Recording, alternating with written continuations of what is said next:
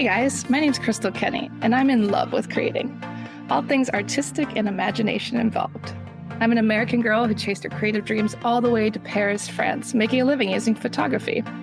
This podcast takes you inside the stories of all the artsy folks I've met along the way and gives you that extra push to discover your creative gifts. The desire to create is deeply inside each and every one of us, and I give you the tools and inspiration to find a new way of living a more creative life. This is La Vie Creative, the podcast.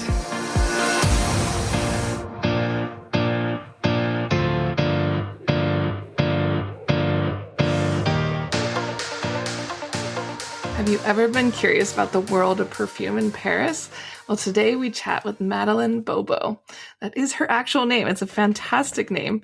And we learn all about the niche perfume industry, which is a fascinating industry in Paris. And she takes people on tours, and we learn much more during this episode. Welcome to the show, Madeline. How are you today? Good. The sun's out. How are you? It is a beautiful day in Paris, and I'm so happy to be speaking with you today. Oh, I'm very excited to be here. It's always fun to see how people came to Paris, and you made the big leap right in the middle of COVID. Tell us more about that. Oh, okay. Yes, I moved in the beginning of September 2020. I came from a master's degree, and that was the only reason I was allowed to travel. So when I got here, Paris was not what it is today. It was almost like another world. It was only full of Parisians, and there was no tourists, and it was very quiet outside. So I really got to experience Paris full of people and also like an abyss almost. So when I first moved, I came here on my own, and I didn't know anybody. I got to go to my master's program for about 3 weeks before we went into full lockdown. So nobody really had any friends yet that started the program, and then we were locked in our houses. So there was no speaking French, there was no speaking to anyone. And while I was studying, we didn't get to go on the typical field trips that we would have normally been able to do. But that's actually how I kind of found what I came into today. That's crazy. I mean, what an experience, like you said, to come here with no people around, and now fast forward to now, like people are everywhere and not being able to make connections or friends or even learn the language. So you studied art and design. What drew you to creatively work like that?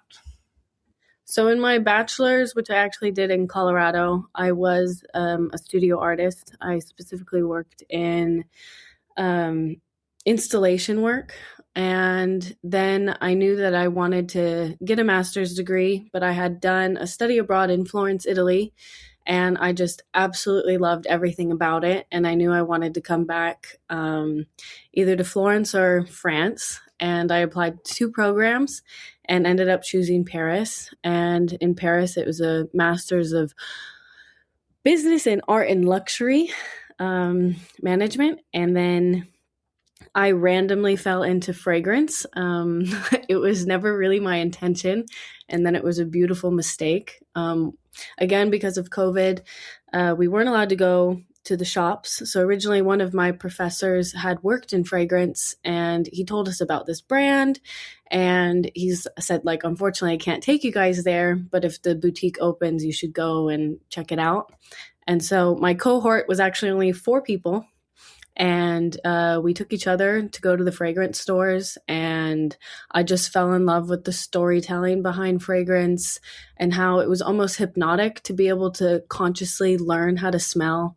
And that's how I kind of developed this idea. I love that. Yeah, because like you said in your bio, it started with one class, and the storytelling really attracted you. So tell us more about what was the story? What's the proper way to smell? So that's a loaded question. So the storytelling kind of came from just an amazing sales associate at Celine. So we went to the one boutique that was open on Saint-Honoré, and this guy, he told us the history of the brand and then how there was a different story for each fragrance associated, like with its own story that the perfumer wanted to tell. And because, again, there's nobody in Paris, he took us through the full collection, and we were in the shop for like an hour. And we just became so infatuated with it. And then we started to match perfumes with each other. And I realized I kind of had, I don't like to call it a gift because anybody can learn it, but for scent recognition, it's the one sense we're not taught how to use as children. We're taught everything else, but not consciously how to smell. And that's actually something I've been kind of trying to develop as a workshop for that, because learning to consciously smell is very different, and it affects everything around your life, how you taste things, how you interact with people. And there's just so much depth to that. And with the storytelling, it's something that I felt connected to, because when I was doing installation art, I looked a lot into how to tell a story and how for people to experience a story when they walked into an exhibition, and make sure that all of the elements were included. So when I did my installation art in my undergrad, I always made sure there was also a scent to smell to kind of bring you to the place that I was trying to present. Yeah, that's really interesting that we don't learn how to properly smell. I guess when we're kids, there's a lot of things we don't want to smell and our parents don't want to think about it. And so it's funny that we don't really learn that. It's really interesting that you're creating workshops around that. And talk a little bit about the history of perfume, like the French history side. So there's a lot of rich history with the French perfume. Specifically, I work with niche brands, and we talk about the transition from the 1890s and how everybody was kind of sick of just smelling the same.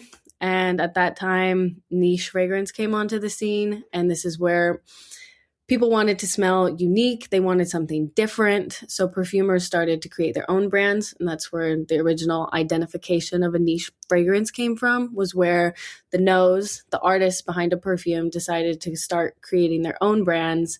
And they were underground, not meant for everybody to discover. You would just happen upon it.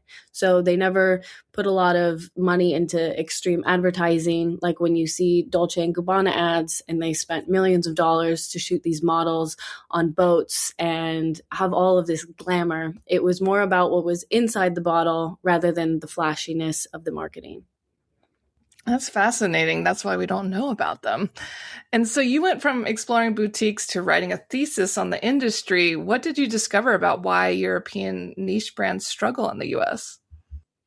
So it might be a little outdated now, because as Americans were able to come back to Europe, I mostly focused on, when I say Europe, I talked about French brands and a little bit of Italian brands. And when they were trying to enter the US market, there was more of a disconnect between the education. It's not something that's ingrained in our culture like it is in France. In France, everyone kind of grows up with fragrance around them. All of the big perfume brands came from here. And when we think about in the US, we don't have those niche brands surrounding us as much. We shop in a different way. So that's also what it came down to, is looking at the buying behavior.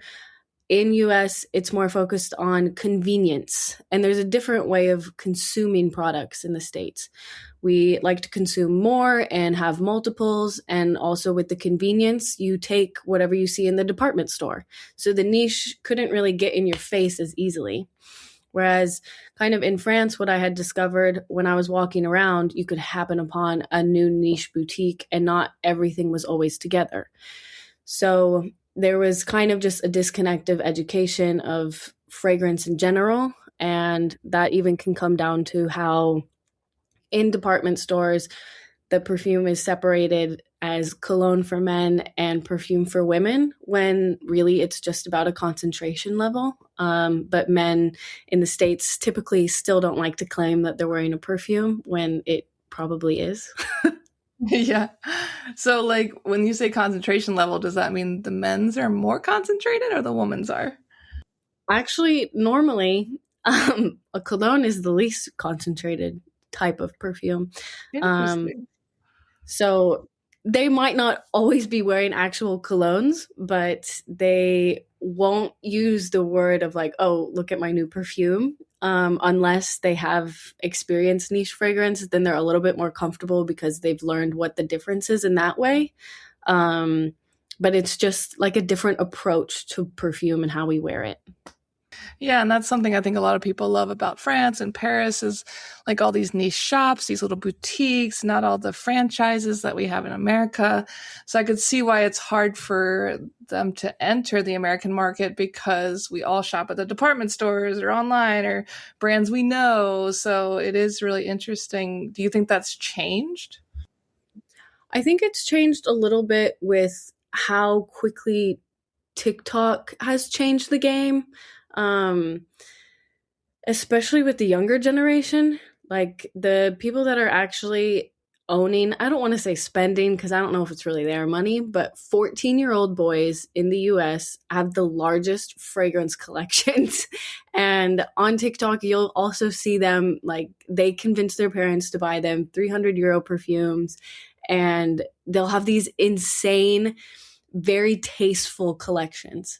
And also just the different way that like niche perfumes marketed through TikTok just by people talking about what they like is very different than before.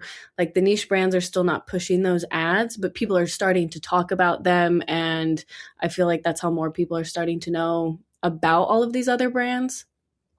That's really crazy that it's the 14-year-old boys changing the industry. I did not see that coming. I guess with Like, TikTok, like you said. That's crazy. So you help people find perfumes that match their personality, which is fascinating. How do you even begin to translate a person into a scent? so I guess I'll talk about like my perfume tours and better answer that question that way. Yeah. So I feel the first part of helping a person find a scent is allowing for approachability. Like, fragrance is not just for the luxury people. I always wanted it to be something that was accessible. And that's also where I thought there was a gap. People were kind of scared to go into these stores because they felt like they didn't belong there. So I kind of start with a conversation of their fragrance journey. If they've ever wore perfume, if they never have, I want them to feel that's okay and that we can start together. So I always kind of get to know a little bit about their story and what they're looking for, and also what perfume they may like or may not like. And if they don't have the answer to that question, that's perfectly okay. And then we smell a few things together. I don't tell them what's inside of the ones that I blind show them, just to get kind of their natural reaction to a few different notes. And then based on that, I introduce them to niche brands while telling the story of the brands and having them also discuss with the sales advisor within the shops. And then they get more comfortable understanding their tastes while being able to ask me questions along the way and learning about new brands. And then as we try on the fragrances, they're learning also how to consciously smell themselves and overall feel more confident with their tastes and their preferences. That's so interesting. And why is it that different smells smell different on different people? There's a lot of science behind that, but what I kind of like to say with that is, I mean, it can depend on anything: what you eat, what you do in your day, how much water are you drinking. Um, that particular question is a little difficult for me to answer on the science side. So, what I do is I make sure that they know how to indicate on themselves when something isn't smelling quite right. So, for example, there was one client one time we went into the store and he really, really liked this perfume with a lot of musk in it. And I call musk a temperamental note because it can go all kinds of different directions on the skin. Yeah. So I had him try it on. And within 2 to 3 minutes, he kind of smelled like a sweaty shin guard, like after soccer. And I always handle this lightly because, again, everyone's scent perception is also different in how they smell themselves and how other people smell them. So I had him smell himself, and he did have a reaction of like, what the heck just happened? And I was like, yeah, so honestly, like this one might not be the best match because if we see it turned very sour and sweaty. So we just knew that that particular musk was not a good match. The same thing happens even with me and anything that has figs in it. I did trial and error with that, and figs always just smell like moldy lemons on me. So you never really know, and I always want people to know that even if something turns on you, there's nothing wrong with you. It's just it's not going to work, and that's okay. We'll go find something else beautiful. That's so interesting. So I imagine like every tour is very different because everyone's very smelly in different ways. Yes, exactly. So do you have some favorite scents, or can you tell us a little bit about how these scents are made? Okay, so favorite scents, let's see. Well, there's two brands that I own a lot of from their collections. There's Parle-moi de Parfum. My accent's a little rough on that. But I probably have like 15 out of 19 of their fragrances. I just love the variation that they have. And I also don't have like a particular scent profile that I go to all the time. I mix between different ones depending on the weather, depending on what outfit I'm wearing, night or day. And that's also a question I'll ask clients when they come is, do you want a perfume for a different sort of event or time of day? Or is it just to add to your collection? Or do you want a signature? The way that the fragrances are made is something that I'd actually like to explore more. So with how perfumes are made, there's a ton of science behind it. People go to school as long as doctors to become perfumers. So I don't want to take too many words to explain it because I am not an expert in the creation process. But to give a general overview, when we're making a fragrance, there's going to be usually hundreds of different raw materials within the fragrance. And that mixture is not something that's usually in the public eye. What we normally see when we're in a perfume shop is a simple olfactive pyramid or a list of around 6 to 8 notes. Because if the general person was looking at those 200 raw materials, we wouldn't really understand what that means. So normally when we're looking, we get top notes, middle notes, base notes, and that's going to just be the things that we can identify generally when we're smelling the fragrance as it dries down on the skin. Okay. Yeah. No, like you said, there's a lot of science to it. A lot of studying goes into it, but that kind of gives you like a basic overview. And there's a lot of it like essential oils or flowers or wood or like how are they making these liquids? So there's a lot of, I mean, in a perfume, there's only going to be up to 20% of the actual concentrate, and then the rest is the alcohol. Some brands will give so there's different processes. Some brands will have a perfumer in-house or they will source one out of house. And then some also have an evaluator that kind of takes the idea that the house wants and gives it to a perfumer, and they make sure that it actually matches the brand. So there's a lot of different complicated options with this. And then when it comes down to making it, and you're talking about, is it flowers? Is it this? Is it this? There could be endless answers to that. Also with things that we can't necessarily, I say, like suck a scent out of, like leather, we can't take it. We make synthetic versions of certain things. And also, that's not a bad word. Some people think that synthetic is like a really taboo word and that it means that the perfume is bad. Actually, it can be better for the environment in some ways. So sometimes when we're making synthetic notes, for example, musk, we used to have to kill a bunch of musk deer and get it Oh, from wow. them. But I had no instead, idea. now we make a synthetic version. And then there's also Like frankincense is a pretty rare raw material and it's also very expensive. So sometimes people will make a synthetic version of that. And then we mix them together. You can also imitate other things by making an accord, putting multiple notes together to mimic something else. And then there's just different processes for each of that. There could be just essential oils. And then in some brands where they want to stay completely natural, that makes the perfumer's job actually harder. And they have to create something only using, when we're not using synthetic materials, we're limited to, I think, under 500 different raw materials that they can use. And then that also limits the ability to create other unique scents because of the limitation. Gosh, I didn't realize there was so many ways to make perfume and so many terrible things we did to make perfume. So I'm glad the synthetic is existing. And why is Paris such a special place to discover scent? Well, Paris is, I guess, the heart of fragrance in the West. We have also like Grasse, the city that grows all of the flowers and other raw materials.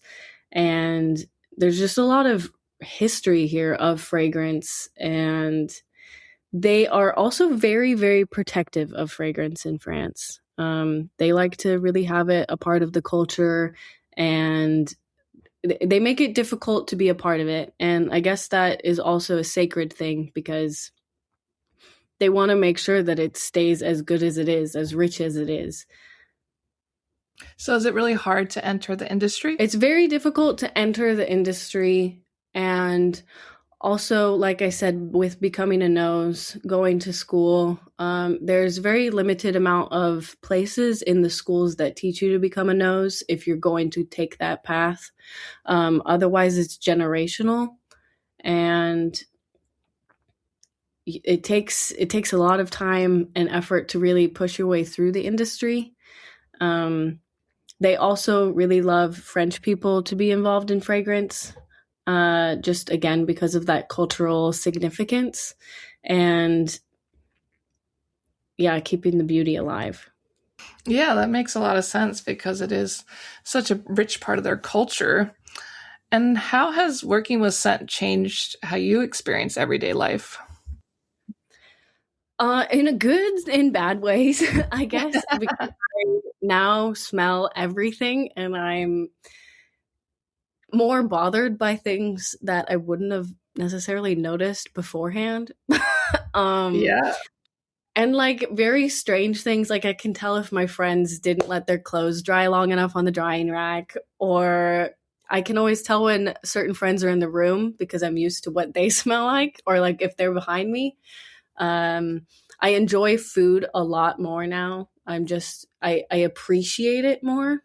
And then again, because of how sacred perfume is in France, anytime that there's new brands, I just love taking it all in, whether the scent is for me or not. I love smelling it and talking to the brand owners and really getting to know the purpose behind their brand and the perfumes they made. Definitely. Oh my gosh, that not dry enough smell is the worst. I know a lot of us don't have dryers in Paris because we have tiny apartments, so it's all hang dry. And a lot of times it can smell a little funky. Especially if you didn't take it out instantly, then Yeah. That's so funny. So maybe becoming a nose has been kind of tough in a lot of ways too. You really honed that skill. As a nose, no. And so for people listening, like you discovered, accidentally that you have this special gift of smell. Like, what are some indicators that you have this gift? Well, again, I don't like to call it too much of a gift because I believe anybody can train themselves in this aspect of being able to smell. But it is special that I kind of found the ability to match people with fragrance and teach people about how to smell. And sorry, what was the rest of the question? Yeah, some indicators that they already have a good nose. Sometimes again with the 14-year-old boys, when they come with their parents as clients, the indicator is they look at me like they already know what I'm talking about and they want to talk more. Wow. Um, and they kind of already have an idea of some of the notes that they like, or if I give them a blind paper and they can already tell me some of the things inside. Again, I never expect them to be able to know, but if they have kind of an understanding, usually their eyes light up and they can tell me one thing that's in there. That's crazy. These 14-year-old boys. Wow. And so is there like a certain way we should be putting perfume on? Like some people say your clothes, some people say your skin. Well, I mean, with perfume as an art, it is created to put on the skin. But you can always break that rule, of course. So when I had really long hair, I would spray it in my hair and my clothes and my skin. It depends also how much of like a trail, a sillage you want to leave.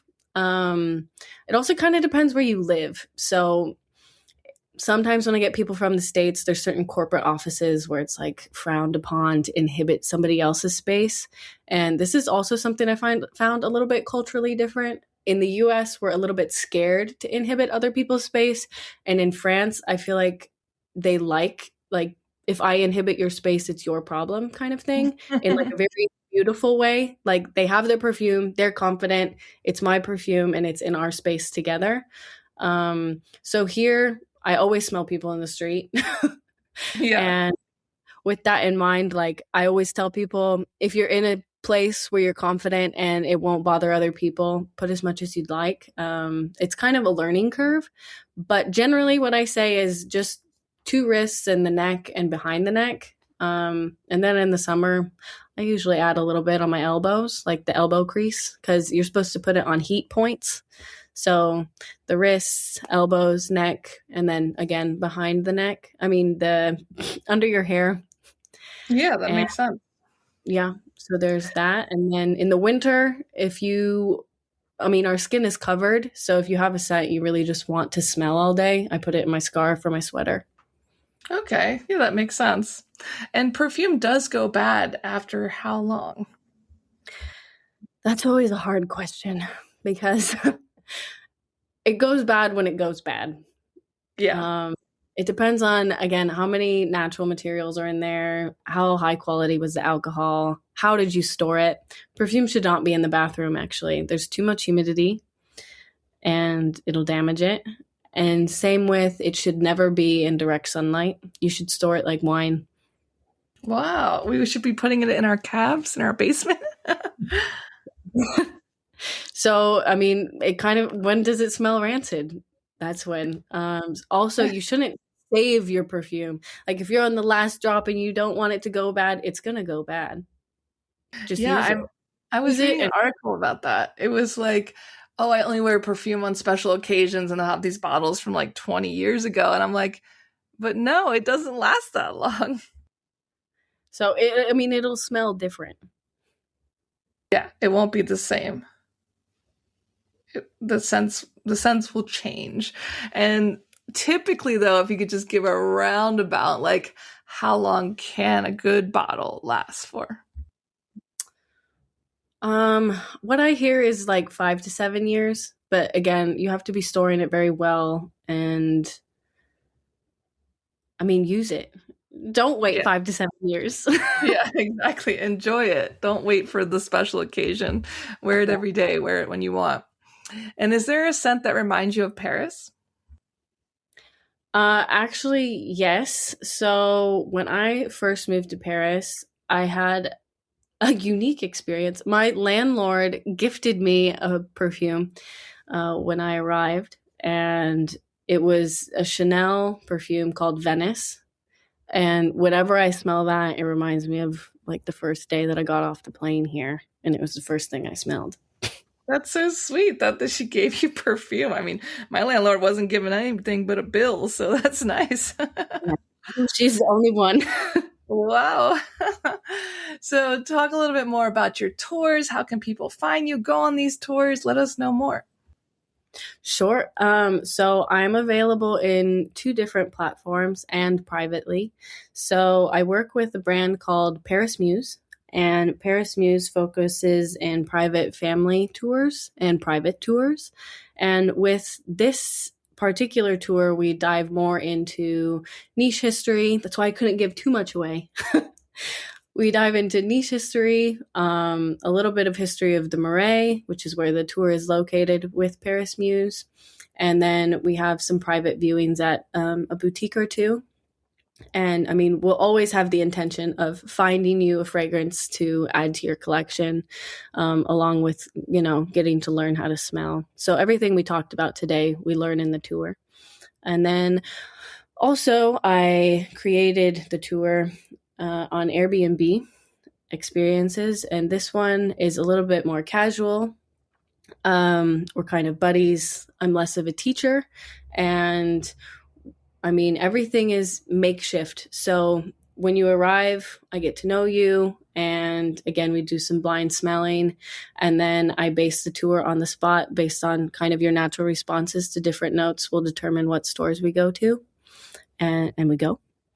And then also I do custom private tours in different neighborhoods with other brands that I've gotten to know throughout the years. Very cool. That sounds great. And where can people connect with you online and learn more? So I have a website. My brand is called the Bobo Attitude. And I know in French that can seem to be a bit of a controversial word, but it's also my last name. So I kind of just took ownership of it and ran with it. And you can read more about that on my website, theboboattitude.com. And that's also the Instagram at theboboattitude. Very fun. Oh my gosh, I love it. The Bobo Attitude. You should own that. Well, thank you so much for chatting with me today. And I can't wait to see what you'll do next. Oh, thank you. It was lovely to talk to you too. Thanks so much for tuning in to La Vie Creative. You can find more information on MissParisPhoto.com. And if you enjoyed this show, please feel free to share and spread the word for all my creative guests. We have the power to help them to keep doing what they love.